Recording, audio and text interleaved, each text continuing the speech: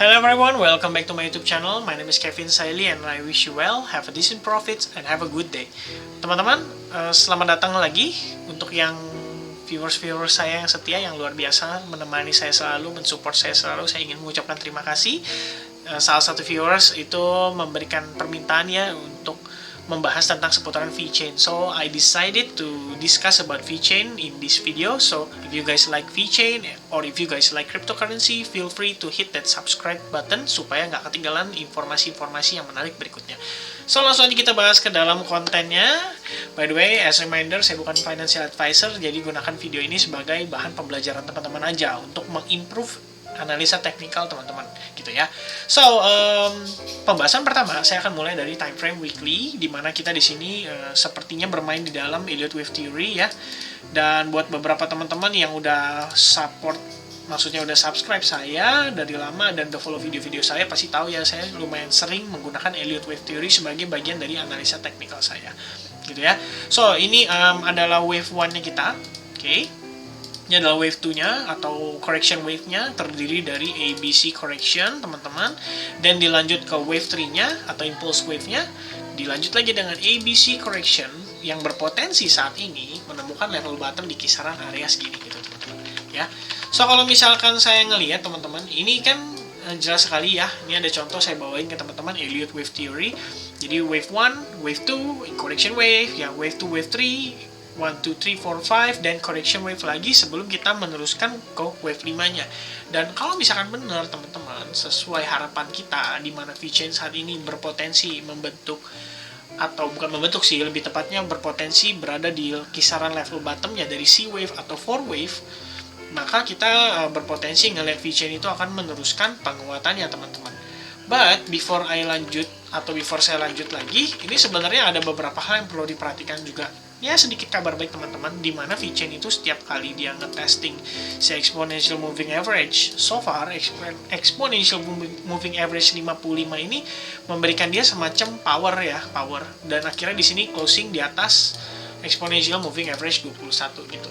So hopefully this week si price-nya VeChain ini akan bertahan di atas exponential moving average 21, dan itu adalah skenario terbaik kita gitu ya. So, saya delete dulu dan kita akan discuss dari time frame yang daily-nya teman-teman. Oke. Jelas ya, dari time frame weekly seems like okay for me. Kita masih ngelihat potensi untuk mengalami penguatan lanjutan terhadap si VeChain ya, kurang lebih seperti itu teman-teman. Nah, untuk time frame weekly sendiri sebenarnya sedikit bad news karena after dia break di sini ya teman-teman. Ini kalau misalnya teman-teman lihat, ini kan sempat bear cross ya untuk si exponential moving average-nya, dan kalian bisa lihat di sini retest sebelum akhirnya terjadi breakout lagi gitu teman-teman. Dan ini pun sekarang baru aja bear cross teman-teman, dan ini baru aja first testnya kita terhadap si VeChain. Pertanyaannya teman-teman, apakah VeChain itu mampu meng-create semacam sequence higher high higher low, which is itu gonna be better dibandingin yang ini gitu teman-teman. Karena kalau yang ini kan low, kemudian ini high, kemudian ini start lower low, ini lower high, lower low, lower high, dan lower low gitu. Sementara kalau di sini teman-teman, ini kita baru aja first test yang pertama ya. So ini potentially menjadi high-nya kita. Nah ini menjadi low-nya kita. Tapi teman-teman, kalau misalkan dia mampu survive di atas level ini dan dia start creating higher low, dan probability kita untuk meneruskan penguatan, atau kita bilang di sini si ABC correction kita udah berakhir ya, itu menjadi lebih valid dan lebih kuat secara probabilitas gitu teman-teman. Nah, saya perlu discuss sama teman-teman terkait MA ya. Jadi seperti yang udah kita lihat ya di sini, waktu dia bermain di atas exponential moving average, everything seems so good, dan sekarang kita akan bermain di bawah moving average. So hopefully itu tidak terjadi atau skenario yang tidak kita inginkan gitu ya untuk para holder si VeChain gitu. Nah, by the way teman-teman, kita perlu discuss juga dari segi Fibonacci retracement-nya. So kita cek dulu untuk kita mengetahui level-level importantnya atau level pentingnya gitu ya. Nah, kita lihat di sini kita mendekati level supportnya di 38,2%, dan kelihatannya dengan badan candle seperti ini akan menjadi lebih strong untuk kita nge-retest dulu gitu. By the way teman-teman, seperti yang kita udah tahu ya, kalau misalkan malam itu kan kecenderungannya sesi Amerika ya, dan itu kecenderungannya biasa koreksi. Nggak tahu entah kenapa orang Amerika demen banget ngejualin token-tokennya mereka kalau lagi jam mereka berdagang gitu ya. Nah ini potentially jadi supportnya kita, karena before this ini jadi resistance, dan after dia breakout sekarang dia jadi support ya. Nah ini jadi support, dan kita bisa ngeliat bahwa level 0,09 ini atau mendekati 0,1 dollar ini itu merupakan level support yang mampu mentahan si VeChain turun lebih jauh gitu ya. Nah kita masuk ke pembahasan di time frame 4 jam. Saya di sini ngeliat ada beberapa hal yang menarik. Pertama, first of all, kita di sini baru aja breakout teman-teman ya. Baru aja breakout si ini kita bilangnya apa? Si rising wedge pattern teman-teman ya. Jadi dia baru aja breakout teman-teman, rising wedge pattern. Ini bisa dilihat contohnya. So sebenarnya secara time frame H4 kita heading towards to downtrend lagi teman-teman ya. Nah cuman di sisi lain saya juga ngelihat ada satu potensi yang menarik teman-teman ya. Ini kan ini resistance, support gitu ya. Nah sekarang kita breakout dan kita officially meneruskan penurunannya, mungkin di mana ada sedikit kelegaan terhadap pattern VeChain ini yang saya lihat ya, di mana dia berpotensi ngebentuk semacam descending broadening wedge pattern, ditandai dengan pertama level high di sini atau pucuk di sini, dan the second high atau lower high supportnya di sini, dan kita ngeliat ada support lagi di sini gitu ya. Bahkan 2 kali tes terhadap si support channelnya gitu ya.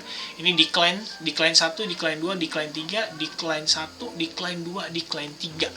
Dan kalau misalkan demikian, kita ngebentuk descending broadening wedge pattern yang artinya sebenarnya pattern yang cukup positif bagi bullish movement, teman-teman. Right?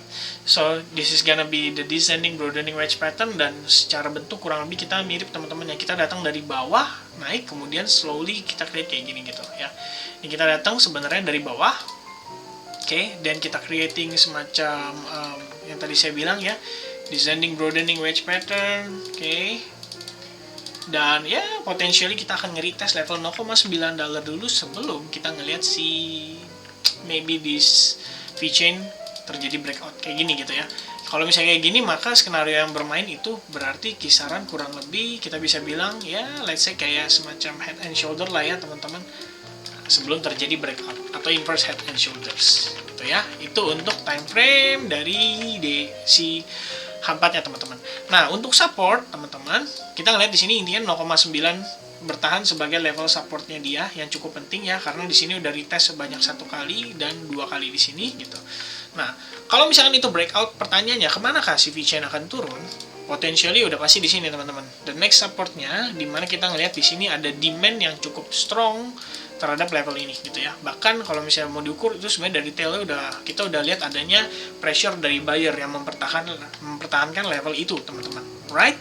So kita bahas juga secara dari segi targetnya, bagaimana kalau misalkan dia breakout si descending broadening wedge patterns. Of course, for the first time, maybe kita akan ngetest lagi, nggak first time sih, I mean after dia breakout, dia akan ngetest lagi si level-level ini ya.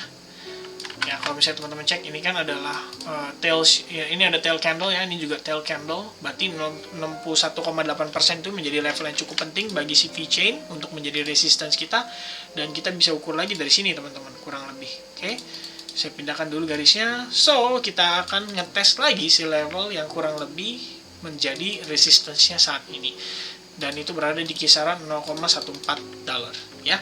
Itu aja untuk VeChain, hopefully you guys like it, dan kalau misalnya kalian suka, boleh share video ini ke teman-teman VeChain kalian, dan juga kasih like di video ini, supaya support saya menjadi lebih semangat lagi bikin video-video konten seputaran cryptocurrency ini, gitu ya. So, kalau misalnya kalian suka, jangan lupa subscribe supaya nggak ketinggalan konten-konten berikutnya, and I'll see you guys again in the next video. Bye!